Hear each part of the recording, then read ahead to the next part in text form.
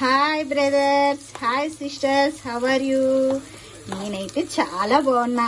ఈరోజు మీకోసమే స్వయంగా రాగ సంకటి కోడి కూర వండుతున్నాను. మరి మీ ఇంట్లో ఏం వండుకున్నారో కామెంట్ లో చెప్పండి.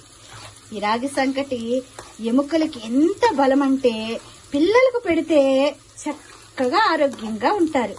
ఈ రాగి సంకట్లో కొంచెం నెయ్యి వేసుకుంటే ఇంకా అద్భుతంగా ఉంటది. రాగి సంకటికి ముఖ్యంగా నెయ్యే కావాలండి. ఇదిగో చూసారా, కోడి కూర కూడా రెడీ చేస్తున్నాను. ఉల్లిపాయలు ఎగగానే దీంట్లో కాస్త అల్లం వెల్లిగడ్డ వేసుకుని బాగా ఎగిన తర్వాత కోడి కూర కూడా వేసి వండుకుని రాగి సంకట్లోకి కాంబినేషన్ కోడి కూర, రాగి సంకటి కోడి కూర. మరి మీరేం వండుకుంటారు? రాగి సంకట్లో కోడి కూర వండుకుంటారా, నాటుకోడి కూర వండుకుంటారా, ఏం వండుకుంటారో కామెంట్ రూపంలో నాకు తెలియజేయండి.